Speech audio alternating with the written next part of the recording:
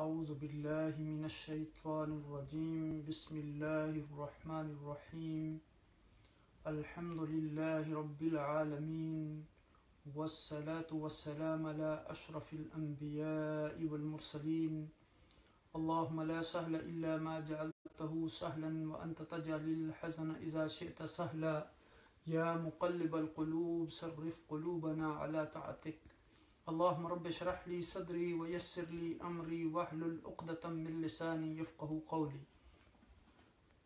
اللهم رب زدنا علما اللهم رب زدنا علما۔ اللہ پاک کی حمد و ثنا اور آقا دو جہان نبی مکرم تاجدار عرب و عجم سید المرسلین خاتم النبیین کی ذات گرامی پر درود و سلام کے بعد، رب کائنات کا احسان عظیم ہے کہ جس نے ہمیں ایک بار پھر یہ موقع فراہم کیا کہ ہم اس کی کتاب مبین کے ساتھ مل بیٹھیں اور چند لمحوں کے لیے اس میں غور و فکر کریں، قرآن کی آیات کو سمجھنے کی کوشش کریں، ان کو صحیح طریقے سے پڑھنے کی کوشش کریں، ان پر عمل کرنے کی کوشش کریں اور ان کا پیغام دوسرے لوگوں تک پہنچانے کی کوشش کریں۔ اللہ پاک سے دعا ہے کہ وہ ہمیں ان قرآنی آیات کو صحیح طریقے سے سمجھنے، ان پر عمل کرنے اور ان کا پیغام دوسرے لوگوں تک پہنچانے کا ذریعہ بنائے۔ اللہ کے فضل اور اس کے احسان سے گزشتہ مجلس میں ہم نے سورہ بقرہ کی 220 تک کی آیات مکمل کر لی تھیں، اور آخری آیت میں ہماری گفتگو کا مرکز و محور جو تھا وہ یتیموں پر گفتگو تھی۔ ان کی اصلاح کے حوالے سے ہم نے بڑی تفصیل سے گفتگو کی تھی۔ اب جو اس سے آگے کی جتنی بھی آیات آ رہی ہیں، اب یہاں جن چیزوں کا ذکر ہوگا وہ انسان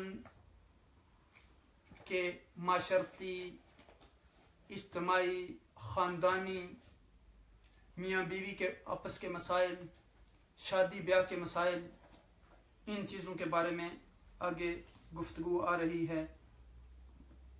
اور آج کی جو ہماری آیت گفتگو کا مرکز ہے، اس آیت میں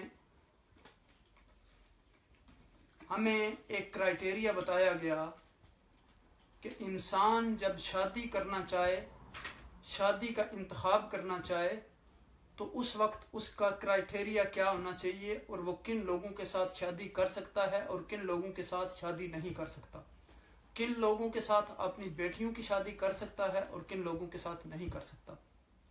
اب دیکھیں کہ اس چیز کا خیال جاہلیت کے دور میں بھی رکھا جاتا تھا۔ ایک جاہلیت کا شاعر تھا، اس کے بیٹے نے کہا کہ ابا جی آپ نے میرے اوپر کیا احسان کیا، ساری زندگی ہم نے بڑی مشقت کے ساتھ گزاری۔ تو اس کے والد نے کہا کہ مجھے اور تو کوئی یاد نہیں کہ میں نے احسان کیا یا نہیں کیا، لیکن جب میں نے آپ کی ماں کا انتخاب کیا تھا تو اس وقت بڑی اچھی عورت کا انتخاب کیا تھا۔ تو آپ دیکھیں کہ یہ یعنی اسلام میں جو شادی کا تصور ہے وہ صرف یہ نہیں ہے کہ صرف شادی انجوائمنٹ کے لیے ہے، بلکہ اسلام میں جو تصور ہے وہ ایک معاشرے کو تشکیل دینا، ایک معاشرے کو اچھے افراد بام پہنچانا، اور یعنی جہاں آپ کی نفسانی خواہشات پورے کرنے کا ذریعہ ہے شادی، وہاں آپ کی روح کی تسکین کا ذریعہ ہے۔ اب دیکھیں کہ حضور نبی اکرم صلی اللہ علیہ وسلم نے فرمایا کہ یا معاشر الشباب من استطاع منکم الباء فلیتزوج، یعنی جو تم میں سے نوجوانوں کی جماعت میں سے اس کے استطاعت رکھے، یعنی وہ قدرتی یعنی جسمانی طاقت بھی ہے اور مادی طاقت بھی ہے، تو وہ شادی کرے، اور اگر وہ نہیں کر سکتا فَإِن لَمْ يَسْتَطِعْ فَعَلَيْهِ بِالصَّوْمِ فَإِنَّ لَهُ وِجَاءَ، یعنی اگر وہ اس کی طاقت نہیں رکھتا تو پھر وہ روزہ رکھے۔ تو اب دیکھیں کہ یعنی ایک بڑے مشہور عالم تھے شام کے، شیخ مصطفیٰ سبائی، ان کی ایک بڑی مشہور کتاب ہے السنہ و مکانتها فی التشریع، یعنی سنت اور اس کی تشریح۔ تو آپ نے ایک جگہ بڑی پیارا جملہ لکھا، آپ کہتے ہیں کہ عبادت المتزوج مشغول بالرحمن و عبادت الاعزب مشغول بالشیطان۔ وہ کہتے ہیں کہ شادی شدہ جو آدمی ہوتا ہے جب وہ عبادت کرتا ہے تو اس کی عبادت اللہ کے ساتھ ہوتی ہے، اور جو کنوارا آدمی ہوتا ہے اس کی عبادت بھی جو ہوتی ہے وہ شیطان کے ساتھ ہوتی ہے۔ شیطان ہمیشہ اس کے ورگلاتا رہتا ہے، طرح طرح کے یعنی وسوسے ڈالتا رہتا ہے۔ تو آپ دیکھیں کہ حضور نبی اکرم صلی اللہ علیہ وسلم نے فرمایا کہ ان نکاح سنتی فمن رغب ان سنتی فلیس منی، یعنی نکاح میری سنت ہے اور جو اس سے یعنی اعراض کرے گا وہ مجھ میں سے نہیں۔ تو آپ دیکھیں کہ عبداللہ بن مسعود رضی اللہ تعالیٰ عنہ کے بارے میں آتا ہے کہ وہ کہتے تھے کہ اگر مجھے پتہ ہو کہ 10 دن کے بعد میری زندگی ختم ہو جائے گی تو میں پہلے شادی کروں گا اور پھر شادی کرنے کے بعد میں یعنی مروں گا۔ تو اب دیکھیں کہ شادی انسان کے لیے انتہائی ضروری ہے، آقا دو جہاں نبی اکرم صلی اللہ علیہ وسلم کی سنت ہے۔ اور پھر ہمیں جو کرائٹیریا بتایا گیا اس کے لیے وہ یہ بتایا گیا کہ ہم یعنی دین کو ترجیح دیں۔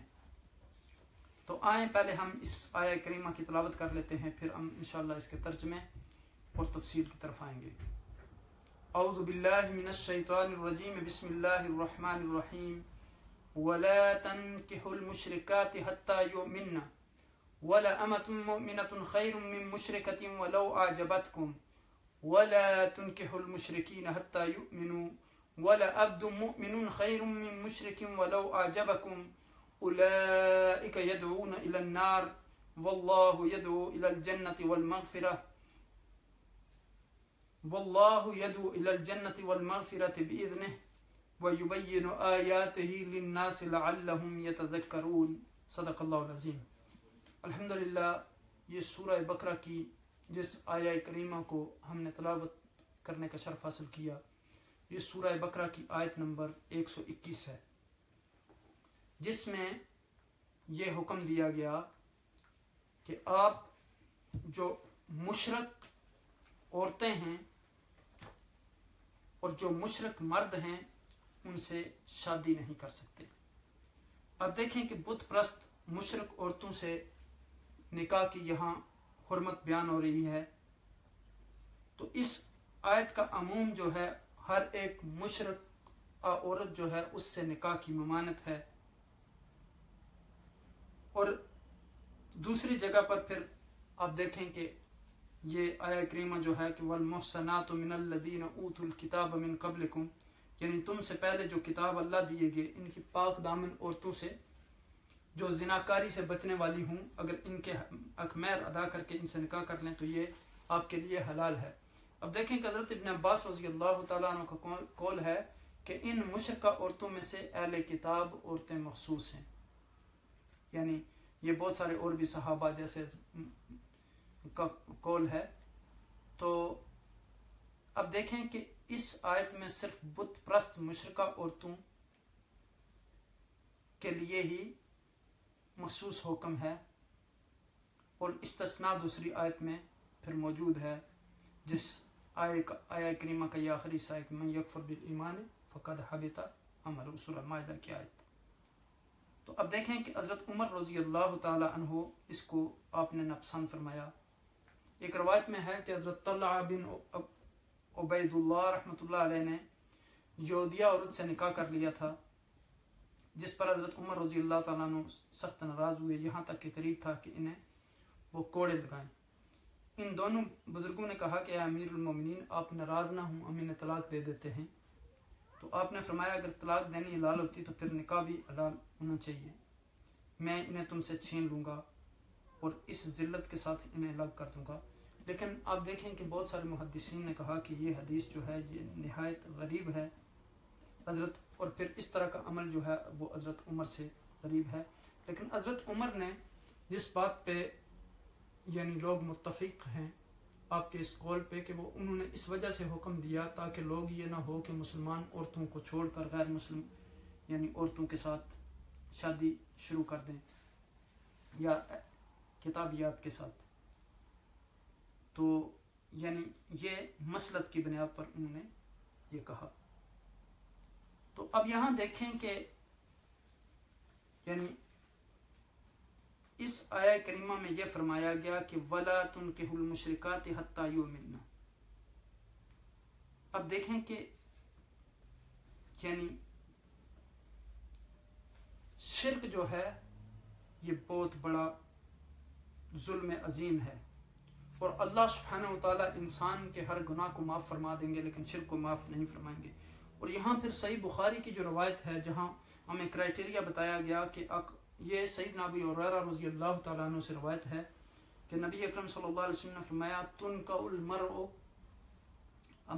لِأَرْبَعٍ لِمَالِهَا وَلِحَسَبِهَا وَلِجِمَالِهَا وَلِدِينِهَا فَاظْفَرْ بِذَاتِ الدِّينِ تَرْبَتْ يَدَاكَ. یعنی آپ کسی عورت سے نکاح کرنا چاہیں تو 4 چیزوں کی بنیاد پر کریں، یعنی اس کے مال کی وجہ سے، اس کے حسب کی وجہ سے، اس کی خوبصورتی کی وجہ سے اور دین کی وجہ سے. لیکن اگر آپ دین کو اختیار کریں گے تو آپ کامیاب ہو جائیں گے. اور پھر کہا کہ الدنیا متاع وخیر المتاع وخیر متاع الدنیا المرأة الصالحہ. یہ دنیا جو ہے یہ متاع کی جگہ ہے، اور سب سے اچھی جو متاع والی چیز ہے وہ نیک عورت ہے.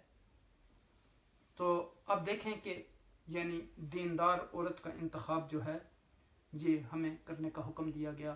اور یہاں دیکھیں کہ یہ کہا گیا کہ وَلَا تُنْكِحُ الْمُشْرِكَاتِ حَتَّى يُؤْمِنَّ.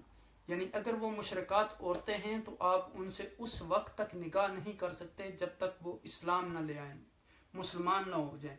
اور ان کے مقابلے میں پھر کہا گیا کہ وَلَا أَمَةٌ مُؤْمِنَةٌ خَيْرٌ مِّن مُشْرِكَةٍ. اگر ایک غلام عورت ہے، اگرچہ وہ پڑھی لکھی نہ ہو، اگرچہ اتنی زیادہ خوبصورت نہ ہو، لیکن ایمان ہے اس کے پاس، تو وہ اس کے مقابلے میں بہتر ہے. اگرچہ اس کی خوبصورتی آپ کو اٹریکٹ کرے، اس کا مال و دولت آپ کو اٹریکٹ کرے، اس کی یعنی منصب آپ کو اٹریکٹ کرے. اور پھر کہا کہ وَلَا تُنْكِحُ الْمُشْرِكِينَ حَتَّى يُؤْمِنُوا. اور نہ ہی آپ نکاح کریں اپنی بیٹیوں کا مشرکین سے یہاں تک کہ وہ ایمان لے آئیں. اب دیکھیں کہ وہاں کہا کہ تنکحو اور یہاں کہا تنکحو. یعنی تنکحو چونکہ مرد جو ہوتا ہے وہ خود نکاح کرتا ہے، مرد اپنا نکاح خود کرتا ہے، اپنی شادی خود کر سکتا ہے، لیکن عورت کا چونکہ جو ولی ہوتا ہے وہ نکاح کرتا ہے. اس لیے کہا کہ وَلَا تُنْكِحُ الْمُشْرِكِينَ. تم نکاح کر کے مشرکوں کو نہ دو.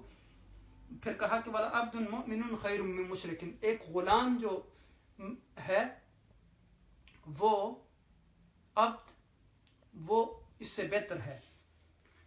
وَلَوْ أَعْجَبَكُمْ. اگرچہ ایک جو مشرک ہے وہ خوبصورت ہو، وہ مال و دولت والا ہو، وہ منصب والا ہو، اس کے پاس بہت زیادہ تعلیم ہو. کیوں؟ اس کی بنیادی وجہ کیا ہے کہ اولئک یدعون الی النار. یہ جو ہے یہ تمہیں آگ کے راستے کی طرف رہنمائی کرتے ہیں. واللہ یدعو الی الجنہ. اور اللہ سبحانہ وتعالی آپ کی جنت کی طرف رہنمائی کرتے ہیں. یعنی اللہ سبحانہ وتعالی کے راستے پر چل کر آپ جنت میں داخل ہوں گے. والمغفرہ. اور اللہ بخشش کا یعنی وعدہ کرتے ہیں باذنہ اپنے حکم سے. وَيُبَيِّنُ آیَاتِهِ لِلنَّاسِ. اللہ سبحانہ وتعالیٰ اپنی آیات کو لوگوں کے سامنے واضح کھول کھول کر بیان کرتے ہیں. لَعَلَّهُمْ يَتَذَكَّرُونَ. تاکہ وہ نصیحت پکڑیں، تاکہ وہ برے کاموں سے باز آ جائیں. اب دیکھیں کہ یہاں ان آیات کریمہ میں یعنی کہا گیا کہ وَلَا تُنْكِحُ الْمُشْرِكَاتِ حَتَّى يُؤْمِنَّ وَلَا أَمَةٌ مُؤْمِنَةٌ خَيْرٌ مِّن مُشْرِكَةٍ وَلَوْ أَعْجَبَتْكُمْ وَلَا تُنْكِحُ الْمُشْرِكِينَ حَتَّى يُؤْمِنُوا وَلَا عَبْدٌ مُؤْمِنٌ خَيْرٌ مِّن مُشْرِكٍ وَلَوْ أَعْجَبَكُمْ أُولَئِكَ يَدْعُونَ إِلَى النَّارِ وَاللَّهُ يَدْعُو إِلَى الْجَنَّةِ وَالْمَغْفِرَةِ بِإِذْنِهِ وَيُبَيِّنُ آيَاتِهِ لِلنَّاسِ لَعَلَّهُمْ يَتَذَكَّرُونَ. اب دیکھیں کہ اب یہاں سوال یہ پیدا ہوتا ہے کہ اس آیہ کریمہ میں نکاح سے کیا مراد ہے. اب دیکھیں کہ یہاں نکاح سے جو مراد ہے وہ ایک تو عقد ہے اور دوسرا ازواجی تعلقات جو میاں بیوی کے ساتھ ہوتے ہیں، معاشرتی تعلقات، وہ مراد ہے. یہاں فرمایا کہ ولا اور نہ، تنکحو نہ کہا ینکحو یعنی نکاح کرو. اب دیکھیں کہ نکاح کے لفظی معنی جو ہوتے ہیں وہ جمع کرنا ہوتے ہیں، ضم کرنا ہوتے ہیں. دو چیزوں کو آپس میں ملانا ہوتے ہیں، اور اس سے مراد یہاں عقد نکاح بھی ہے جو ایک لیگل کانٹریکٹ ہوتا ہے، قانونی معاہدہ ہوتا ہے، اور اس سے مراد یہ بھی ہے جو میاں بیوی کا آپس میں تعلق ہوتا ہے، یعنی ازواجی تعلق، اس کے لیے بھی یہ لفظ استعمال ہوتا ہے۔ وَلَا تَنْكِحُوا، اور تم نہ نکاح کرو، یعنی نہ تم نکاح کر کے دو، یعنی شادی نہ کرو، یہاں مراد عقد نکاح ہے۔ المشرکات، مشرکات سے یعنی آپ ان سے شادی نہ کریں، مشرکہ کی جمع، اور اس کا جو روٹ ہے، جو مادہ ہے، وہ شرک ہے، یعنی جو پولیتھسٹ ہوتے ہیں، یعنی کہا کہ حتیٰ یہاں تک کہ یؤمنو، وہ ایمان لے آئیں، یؤمننا۔ اب دیکھیں کہ اس میں دو نون ہیں، ایک نون تو نون نسوہ ہے، یعنی جو عورتوں پر دلالت کرتا ہے، اور دوسرا نون جو ہے وہ اس کے مادہ کا نون ہے، یعنی اصلی نون ہے اس میں۔ تو عین میم نون، چونکہ اس کا روٹ جو ہے امنا، تو دوسرا نون جو ہے وہ مونس ہونے کا ہے، اس لیے یہاں یومنو کے بجائے یومن آیا ہے۔ تو یہاں اب دیکھیں کہ انسان کے ذہن میں سوال پیدا ہو سکتا ہے کہ یہاں یومنو یا یومنون کیوں نہیں آیا، یومن کیوں آیا؟ تو اس میں دو نون جمع ہیں، نون نسوہ اور دوسرا اصلی نون، یعنی مادہ کا، روٹ کا۔ پھر فرمایا کہ ولا امتن، اور البتہ امتن غلام عورت، باندی کو کہتے ہیں، سلیو وومن کو، مومنتن مومن، مومنہ مومن کی مونس ہے، ایمان والی، خیرن بہتر ہے، من مشرکات، مشرک عورت سے، یہ جمع ہے، مشرکات، مشرکہ واحد ہے۔ تو اب دیکھیں کہ یہ جو گول تا ہے یہ جمع کی علامت ہوتی ہے، اور جو تا مفتوح لمبی تا جو ہے وہ مفرد کی علامت ہے۔ تو ولو اعجبتکم، اور اگرچہ وہ اچھی لگے تم کو، اعجبا یعجب اعجاب، اعجبا یہ تعجب کا لفظ بھی اسی سے ہے، عجب کہتے ہیں بیسیکلی خود پسندی کو، یعنی اپنے آپ کو اچھا لگنا۔ تو اب دیکھیں کہ پھر اعجاب سے کیا مراد ہے کہ کسی کو ایران کن حد تک پسندیدگی میں مبتلا کرنا، تو یعنی اٹریکٹ کرنا، یعنی خوشگوار حیرانگی یا حیرانی، کسی کے مال جمال کی وجہ سے، حسب و نسب کی وجہ سے، اخلاق کی وجہ سے، ذہنیت کی وجہ سے، اس کے نالج کی وجہ سے، عمل کسی بھی وجہ سے، تو لفظی معنی ہوتا ہے یعنی ٹو ونڈر۔ تو اس کا مفہوم کیا ہے کہ کسی کو اٹریکٹ کرنا، اٹریکشن۔ وہ اعجبتکم، اگرچہ وہ تمہیں کتنی ہی اٹریکٹ کریں، ولا، اور نہ تنکحو، تم نکاح کر کے دو۔ اب یہاں جیسے میں نے کہا ہے آپ کو کہ تنکحو اور تنکحو، یعنی آپ اگر غور کریں تو یہاں فرق آپ کو واضح معلوم ہوگا، تنکحو اور تنکحو، تو یہاں زبر اور پیش کا فرق ہے۔ تنکحو یعنی تم نکاح کرو، یہاں مردوں کو خطاب ہے، اور تنکحو نکاح کر کے دو، یہاں بھی لڑکی کے ولی کو خطاب ہے، یعنی اولیاء کو خطاب ہے۔ المشرکین، مشرک مردوں سے، مشرک کی جمع مشرکین ہے، حتیٰ یہاں تک کہ یؤمنو، وہ ایمان لے آئیں۔ یہ جو الف ہے یہ علامت ہے کس کی؟ یعنی یہ لفظ جو اصل میں تھا یہ یؤمنون تھا، اور حتیٰ آنے کی وجہ سے جو نون ہے یہاں سے حذف ہو گیا، اور پھر الف جو ہے وہ سمبل کے طور پر جمع کے لے آئے۔ اب یہاں دیکھیں کہ ولا عبدن، اور البتہ غلام بندہ، مومن مومن، خیر بہتر ہے، من مشرک، مشرک سے۔ اب یہ واحد ہے، ولو، اور اگرچہ اعجبکم، وہ پسند آئے تم کو، حیرت میں مبتلا کر دے تم کو، اولئک، یہی لوگ، یدعون، وہ دعوت دیتے ہیں، دعا یدعو، دعوت دینا، پکارنا، انوائٹ کرنا، مراد ہے الی النار، آگ کی طرف، واللہ، اور اللہ، یدعو، پکارتا ہے، دعوت دیتا ہے، الی الجنت، جنت کی طرف، اور اللہ جنت کی طرف بلاتے ہیں، والمغفرت، اور مغفرت کی طرف بلاتے ہیں۔ مغفرت کا روٹ غفرہ ہے، اور غفرہ کا لفظ ہوتا ہے کسی چیز کو ڈانپ دینا، اسی سے غفران ہے، ڈانپنے والا۔ تو ساتھ اپنے بے اذن ہی، ساتھ اپنے اذن کے، اجازت کے، پرمیشن کے، ارادے کے، وَيُبَيِّنُ، اپنی آیات للناس لوگوں کے لیے، لعلہم کہ وہ یتذکرون اتمام کے ساتھ بولے بسرے اہم سبق کو جو ہے وہ یاد کریں، یعنی نصیحت پکڑیں۔ تذکرہ یتذکر، تذکر ٹو ریممبر، یعنی غفلت کو دور کرنا، تو یہ نصیحت حاصل کرنے کے معنی میں آتا ہے۔ اب اگر آپ یہاں غور کریں تو مشرکات جو ہے یہ مشرکہ کی جمع ہے اور یہ شرک سے بنا ہے، یعنی وہ عورت جو اللہ تعالیٰ کے ساتھ کسی اور کو شریک ٹھہراتی ہو۔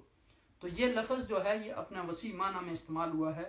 اس حکم میں ہر کافر عورت داخل ہے، محض بت پرست ہونا لازمی نہیں۔ امام مالک اور امام شافعی رحمۃ اللہ علیہ کی فقہ میں ہر غیر مسلم جو ہے عورت سے نکاح ناجائز ہے، لیکن حنفی علماء کے نزدیک امام عام قاعدہ کے لحاظ سے تو ہر غیر مسلموں کے ساتھ نکاح ناجائز ہے، لیکن اہل کتاب یعنی یہودی یا نصرانی عورتوں سے نکاح جائز ہے، جس کی اجازت باقاعدہ شریعت میں موجود ہے۔ سورہ معاہدہ میں اس کی اجازت دی گئی۔ اس آیت میں اللہ تعالیٰ نے مسلمانوں کو مشرک عورتوں کے ساتھ نکاح کرنے سے ممانعت فرمائی۔ اس حکم کی مزید تشریح یہ ہے کہ کن عورتوں سے نکاح درست ہے۔ اب دیکھیں کہ ہندو، سکھ یا آتش پرست عورت سے نکاح درست نہیں۔ اہل کتاب عورتوں سے نکاح جائز ہے لیکن بہتر نہیں۔ حضرت عمر نے اس کو ناپسند فرمایا۔ حدیث میں بھی دیندار عورتوں سے ہی نکاح کرنے کی ترغیب اور تاکید موجود ہے۔ ایسی عورت جو اپنی وجہ سے اہل کتاب معلوم ہوتی ہو لیکن تحقیق سے پتہ چلے کہ اس کا جو عقیدہ ہے وہ اہل کتاب کا نہیں، تو اس سے بھی نکاح درست نہیں ہے۔ کتابی عورت سے اس لیے جائز ہے کہ ایک تو وہ اقرب الی الاسلام ہوتی ہے، دوسرے اس امید پر کہ وہ شوہر کا اثر قبول کر لے گی۔ مشرکہ سے نکاح کیوں جائز نہیں؟ یعنی ہر عورت سے نکاح ناجائز ہے جو مومنہ نہ ہو۔ اسلام نے نکاح کے سلسلے میں ذات، رنگ یا نسل بنیاد نہیں رکھی بلکہ دین اور عقیدہ شرط رکھا ہے، اور اس کی بنیادی وجہ یہ ہے کہ میاں بیوی کا جو رشتہ ہوتا ہے وہ الفت اور محبت اور مودت پر مبنی رشتہ ہوتا ہے، اور جب دونوں کے عقیدے میں، دونوں کے دین میں فرق ہوگا تو ہمیشہ وہ ان دونوں کے اندر مناسبت نہیں رہے گی۔ یہاں مناسبت ہونا ضروری ہے، یعنی چونکہ یہ ساری زندگی کا سفر ہوتا ہے، انہوں نے نباہ کرنا ہوتا ہے، تو اگر ایک دوسرے میں موافقت نہیں ہوگی عقیدے میں، اصولوں میں، تو پھر ہمیشہ ان کے درمیان پرابلم رہیں گے۔ تو اب دیکھیں کہ یہاں مشرکہ کے مقابلے میں مسلمان لونڈی جو ہے اس کو کہا گیا کہ وہ زیادہ بہتر ہے، اگرچہ جو مشرکہ ہے وہ خاندانی لحاظ سے بہتر ہو، پڑھی لکھی ہو، مال و دولت ہو، خوبصورت ہو، یعنی اصل جو بنیاد یہاں رکھی گئی وہ دین ہے۔ لیکن اب تو چونکہ لونڈیوں کا خاتمہ ہو گیا ہے تو یہاں پھر یہ بھی کہا گیا کہ آپ اپنی بیٹیوں کو بھی جو ہے ان کا نکاح مشرکوں کے ساتھ کر کے نہ دو۔ اب دیکھیں کہ آپ اگر اپنی بیٹی کا کسی مشرک گھرانے میں نکاح کرتے ہیں تو چونکہ عورت جو ہوتی ہے وہ یعنی متاثر ہوتی ہے سارے خاندان سے، ظاہر یہ ایک عورت مسلمان ہے اور باقی سارے وہ غیر مسلم ہیں، مشرک ہیں، تو اس لیے عورت کے دین کی حفاظت کرنے کے لیے اس کی حفاظت کی گئی اور یہاں یہ حکم دیا گیا اور کہا گیا کہ اس کے مقابلے میں ایک غلام مومن جو ہے وہ زیادہ بہتر ہے، چاہے تمہیں وہ اچھا کیوں نہ لگے، چونکہ یہ جو راستہ ہے کس کا راستہ ہے؟ جو مشرکین کا راستہ ہے، یہ جہنم کی طرف لے جانے والا راستہ ہے، اور اللہ سبحانہ و تعالیٰ آپ کے راستے پر چل کر، قرآن و سنت کے راستے پر چل کر، حضور نبی اکرم صلی اللہ علیہ وسلم کی حدیث کے راستے پر چل کر، صحابہ کے راستے پر چل کر، صالحین کے راستے پر چل کر جو ہے وہ آپ جنت کی طرف جائیں گے، اور اللہ سبحانہ و تعالیٰ آپ کو جنت کی طرف بلاتا ہے۔ آپ دیکھیں کہ ایک رحمان کا راستہ ہے، دوسرا شیطان کا راستہ ہے۔ اگر آپ رحمان کے راستے پر چلیں گے تو آپ جنت میں جائیں گے، اور اگر شیطان کے راستے پر چلیں گے تو پھر جہنم میں جائیں گے۔ اور اللہ جنت کی طرف آپ کو بلانے کے ساتھ ساتھ یہاں یہ بھی آپ کو مغفرت کی طرف بلا رہے ہیں۔ آپ کے گناہ کتنے زیادہ ہو جائیں، آپ یعنی کتنے زیادہ گناہ کر لیں، اللہ کی بارگاہ میں توبہ کریں تو وہ آپ کے گناہ یعنی معاف فرما دیں گے۔ تو اب دیکھیں کہ یہاں یعنی شرک جو ہے وہ چونکہ ظلم عظیم ہے، اس کو اللہ سبحانہ و تعالیٰ معاف نہیں فرمائیں گے، اس کے علاوہ جتنے بھی گناہ ہیں وہ اللہ سبحانہ و تعالیٰ معاف فرما دیں گے۔ اور اللہ سبحانہ و تعالیٰ اپنی آیات کو لوگوں کے ساتھ بڑے واضح انداز میں، کھلے انداز میں کھول کھول کر بیان کرتے ہیں۔ اب یہاں دیکھیں کہ یعنی اس آیت میں کچھ جو احکامات ہیں وہ خاندانی زندگی سے متعلقہ ہیں۔ اسلام میں چونکہ خاندانی زندگی کو معاشرے کی زندگی کو بڑی بنیادی حیثیت حاصل ہے، اور میاں بیوی کا تعلق یہ ایک بڑا سنجیدہ تعلق ہے۔ اسی لیے حضور نبی اکرم صلی اللہ علیہ وسلم نے فرمایا کہ ثلاث جدہن جد و ہزلہن جد، اور اس میں سے نکاح بھی ہے، یعنی کہا کہ 3 چیزیں ایسی ہیں کہ اگر وہ مذاق میں کی جائیں تو وہ بھی سنجیدہ ہیں، اور اگر سنجیدگی میں کی جائیں تو تب بھی سنجیدہ ہیں، اور ان میں نکاح بھی ہے۔ تو اب دیکھیں کہ اسلام میں شادی کا جو تصور کانسیپٹ ہے، یہ جو سسٹم ہے، نظام ہے، وہ صرف تفریح پر منحصر نہیں کہ میاں بیوی ایک دوسرے سے فائدہ حاصل کریں، ایک دوسرے سے متع حاصل کریں، اور پھر ایک دوسرے یعنی گٹھے ہوں اور پھر ایک دوسرے کو چھوڑ جائیں، بلکہ شادی کا جو بنیادی مقصد ہے وہ خاندان کی تعمیر ہے، نسل انسانی کو بہترین افراد مہیا کرنا ہے، نسل انسانی کی بقا ہے، اس کے ساتھ پھر فطری خواہشات کی تکمیل بھی ہے، یعنی اپنی عزت و عصمت کی حفاظت بھی ہے، نکاح سکون کا ذریعہ بھی ہے۔ اس لیے ہم دیکھتے ہیں کہ نکاح کے سلسلے میں اسلام نے بڑی واضح تعلیمات، بڑی روشن تعلیمات دی ہیں، اس کے لیے کچھ شرائط رکھی ہیں، کچھ پابندیاں عائد کی ہیں، کچھ شوہر پر اور کچھ بیوی پر۔ حدیث پر ہمیں واضح حدیث سے مبارکہ میں حکم ملتا ہے کہ نکاح کی بنیاد دین پر ہونی چاہیے، جیسے میں نے آپ کے سامنے یہ حدیث پڑھی ہے کہ تنکح المرأة لأربع لمالها ولحسبها وجمالها ودینها فاظفر بذات الدین تربت یداک، یعنی عورتوں سے 4 چیزوں کی بنیاد پر نکاح کیا جاتا ہے، شادی کی جاتی ہے، اس کے مال کی وجہ سے، اس کے خاندانی وجاہت کی وجہ سے، رعب و دبدبہ کی وجہ سے، اس کی خوبصورتی کی وجہ سے، اور دین کی بنیاد پر۔ اور پھر کہا کہ دین والی کو حاصل کرو، تمہارے دونوں ہاتھ خاک آلود ہوں، یعنی کامیاب و کمران ہو جائیں گے آپ، یعنی دین کو ترجیح دو۔ تو اب دیکھیں کہ عورت کے لیے نہیں، مرد کے اندر بھی اس کوالٹی کو دیکھنا چاہیے، تاکہ اللہ سے ڈرتے ہوئے دونوں ایک دوسرے کے حقوق جو ہے وہ ادا کر سکیں۔ اگر شوہر میں دین ہوگا یا بیوی میں ہوگا تو اس کی وجہ سے دونوں ایک دوسرے کے حقوق ادا کرتے رہیں گے، ایک دوسرے پر ظلم و ستم نہیں کریں گے، ان کے دل میں اللہ کا ڈر ہوگا۔ بظاہر دیکھنے میں شادی ایک بہت خوشگوار ہوتی ہے، لیکن دراصل یہ 2 افراد کا بہت ایک طویل سفر ہوتا ہے، جس میں اونچ نیچ ہوتی ہے، جس میں یعنی پریشانیاں ہوتی ہیں، جس میں مشکلات ہوتی ہیں، یہ گیو اور ٹیک ہوتا ہے، ایک دوسرے کو برداشت کرنا ہوتا ہے۔ تو یہ آپ اس کی مثال ایسے لے لیں جیسے آپ کسی سفر میں جانا چاہتے ہیں، بالفرض آپ کار میں کسی کے ساتھ سفر کر رہے ہیں، بس میں کر رہے ہیں، ٹرین میں کر رہے ہیں، جہاز میں کر رہے ہیں، تو اگر آپ کو اچھی کمپنی مل جائے تو آپ کا سفر اچھا گزر جاتا ہے۔ اسی طرح آپ کو اگر اچھا رفیق سفر مل جائے، اچھا کمپینین مل جائے، اچھا پارٹنر مل جائے، تو آپ کی زندگی جو ہے وہ اچھی گزر جاتی ہے۔ یعنی تو اسی لیے حضرت عمر رضی اللہ تعالیٰ کہتے تھے کہ الدین و معاملہ، دین جو ہے وہ لین دین کا نام ہے۔ آپ نے اس شخص سے پوچھا کہ آپ نے سفر کیا، آپ نے ان کا طرز عمل دیکھا، تو جب اس نے کہا کہ نہیں، تو آپ نے کہا کہ پھر آپ کیسے اس کو جانتے ہیں؟ تو برے لوگوں کے ساتھ آپ کو چند گھنٹے سفر کرنا پڑ جائے تو آپ کو مصیبت پڑ جاتی ہے، آپ اس انتظار میں ہوتے ہیں کہ کب یہ سفر یعنی ختم ہو۔ تو لڑکی کے سلسلے میں بھی یہی کہا گیا کہ یعنی آپ جو ہے اذا جاءکم من ترضون دینہ وخلقہ فزوجوہ فإن لم تفعلوا فتکن فتنة کبیر وفساد عرید، اگر کوئی شخص آپ کی بیٹی کا رشتہ مانگنے کے لیے آئے، اس کا اخلاق اور اس کا دین آپ کو راضی کرتا ہو تو آپ اپنی بیٹی یا اپنی بہن کا رشتہ اس کو دیں، اگر آپ انکار کریں گے تو وہ فتنے زمین پر فتنے اور فساد کا سبب بنے گا۔ تو آپ دیکھیں کہ دین پر جو ہے وہ کمپرومائز نہیں کیا جا سکتا۔ اس لیے جب بھی انسان اپنی بیٹی کے لیے یا بیٹے کے لیے رشتے کا انتخاب کرے تو اسے چاہیے کہ ایک دیندار عورت، یعنی آپ دیکھیں کہ زبان پہ کمپرومائز ہو سکتا ہے، رسم و رواج پہ، کلچر پہ، کپڑے پہننے پہ، لیکن دین جو ہے یہ ایک بنیادی چیز ہے۔ یعنی چونکہ ان چیزوں پہ اس لیے کمپرومائز کیا جا سکتا ہے کہ ظاہر ہے کہ مختلف لوگوں کا کلچر، مختلف لوگوں کا بیک گراؤنڈ جو ہوتا ہے وہ مختلف ہوتا ہے۔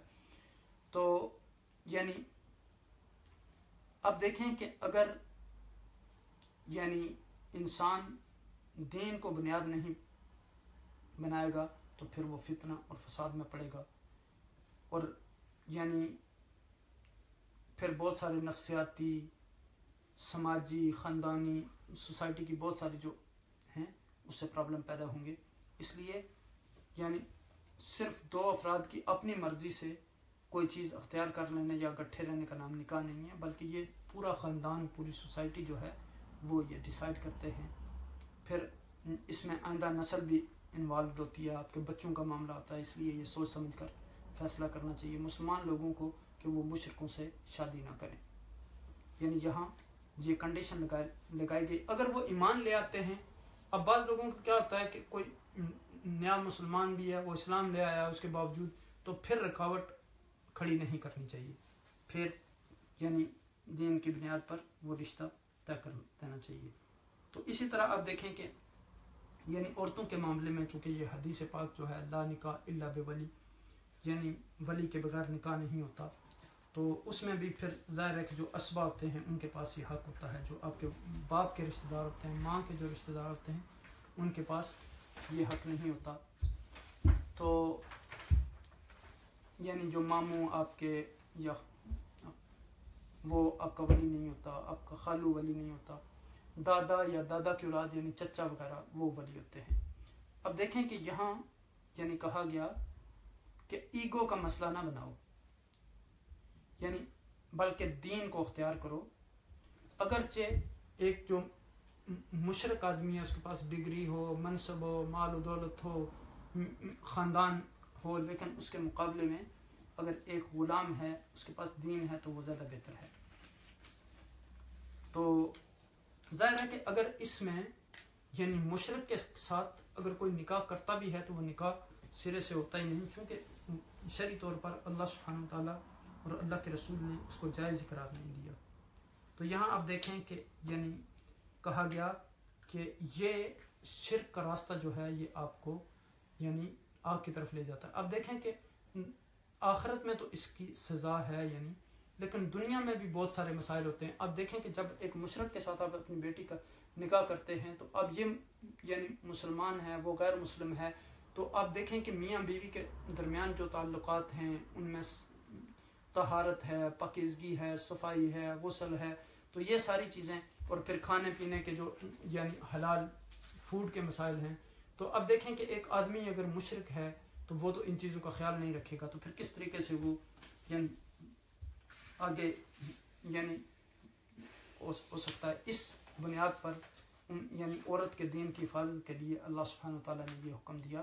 اور پھر یہ بات ہے کہ شرک جو ہے یہ بہت بڑا ظلم ہے، یعنی شرک کے کاموں کی طرف جانے سے منع کر دیا گیا. اب دیکھیں کہ ایک اگر آپ اپنی نعوذ باللہ کوئی بیٹی کی شادی کسی ہندو کے ساتھ کرتا ہے یا کسی سکھ کے ساتھ، تو ظاہر ہے اگر وہ مندر میں جاتے ہیں یا گھر میں ان کے کوئی ایسا ہے تو وہ ضرور اس سے پھر متاثر ہوگی. تو اسی لیے کہا کہ ان الشرک لظلم العظیم، یعنی شرک کسی قیمت پر بھی گوارا نہیں، کہ کیونکہ قل هو اللہ احد اللہ الصمد لم یلد ولم یولد ولم یکن له کفوا احد. بظاہر کتنی بھی اٹریکشن ہو یعنی مشرکین میں، لیکن ان کو ترک کر کے آپ مومن کے ساتھ شادی کریں. اب دیکھیں کہ یعنی اللہ سبحانہ وتعالیٰ نے حکم دیا کہ حدیث پاک میں آتا ہے کہ اگر ایک میاں بیوی جو ہیں، اگر یعنی خاوند رات کو قیام اللیل کے لیے اٹھتا ہے اور وہ اپنی بیوی کو بھی اٹھاتا ہے، اگر وہ نہیں اٹھتی تو پانی کا چھیٹا اس کے اوپر مار دے. اسی طرح عورت کے لیے بھی حکم ہے. تو آپ دیکھیں کہ اگر ان کے اندر دین نہیں ہوگا تو پھر وہ چھینٹا مارنے کا انجام کیا ہو سکتا ہے، لڑائی جھگڑا اور فساد اور فتنہ اور گالی گلوچ. تو یہاں دیکھیں کہ اللہ سبحانہ وتعالیٰ جو ہیں وہ آپ کو جنت کی طرف دعوت دیتے ہیں، اور اچھے اچھے کام کرو، مل جل کر اللہ کی طرف بڑھو تاکہ اینڈ میں اکٹھے رہ سکو. ورنہ کیا ہوگا، دنیا میں اکٹھے ہو مگر آخرت میں اکٹھے نہیں رہ سکتے.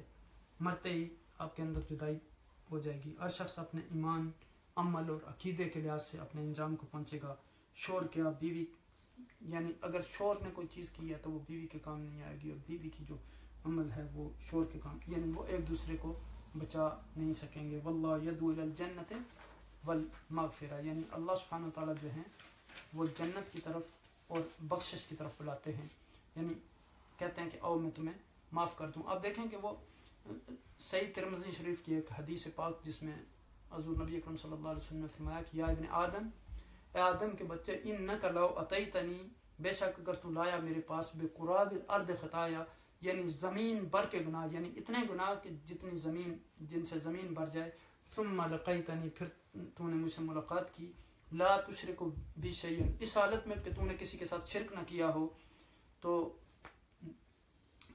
اتیتک بقرابها مغفرۃ، تو میں اتنی ہی مغفرت یعنی زمین بھر بخشش تیرے لیے تیرے پاس لاؤں گا، یعنی جتنے تیرے گناہ ہیں ان کو بخش دوں گا۔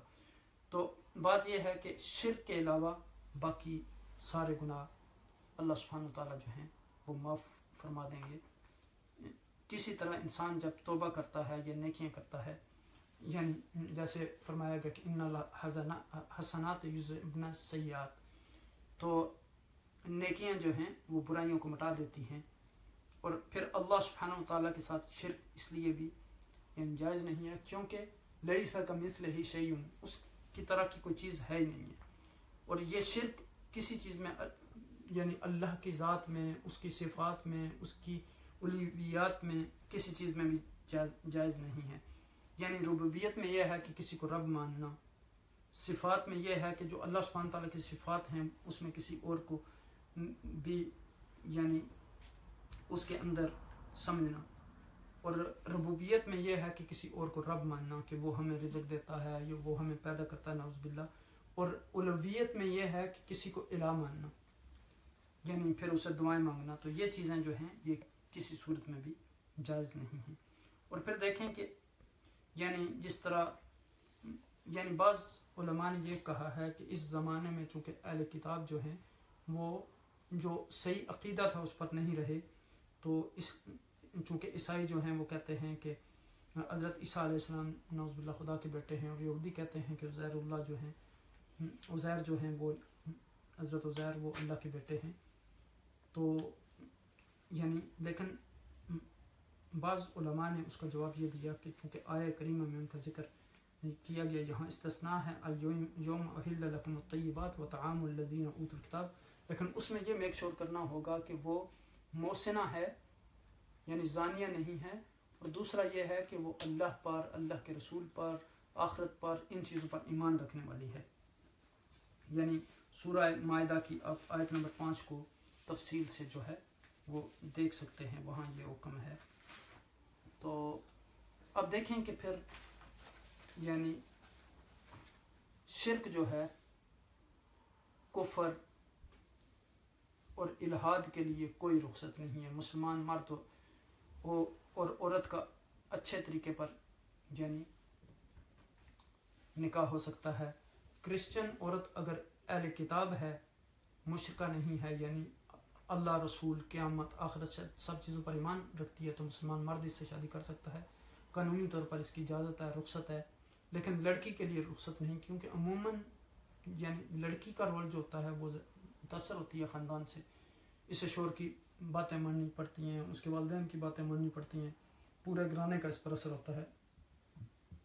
تو اگر ظاہر ہے کہ کوئی اپنی بیٹی کو کسی کرسچن گھرانے میں دے تو پورا گھرانہ ہے، تو آپ کی بیٹی وہاں اکیلی جو ہے وہ نہیں رہ سکے گی اپنے دین پر۔ اور دوسری بات یہ ہے کہ چونکہ یہ اللہ کا حکم ہے، اور اللہ کا حکم جو ہوتا ہے وہ حق ہوتا ہے، سچا ہوتا ہے۔ اور پھر فرمایا کہ وَيُبَيِّنُ آيَاتِهِ لِلنَّاسِ، اللہ سبحانہ وتعالیٰ لوگوں کے لیے اپنی آیات کو، اپنی قوانین کو، اپنے آرڈیننس کو بڑے واضح انداز میں کھول کھول کر بیان کرتے ہیں۔ کس لیے؟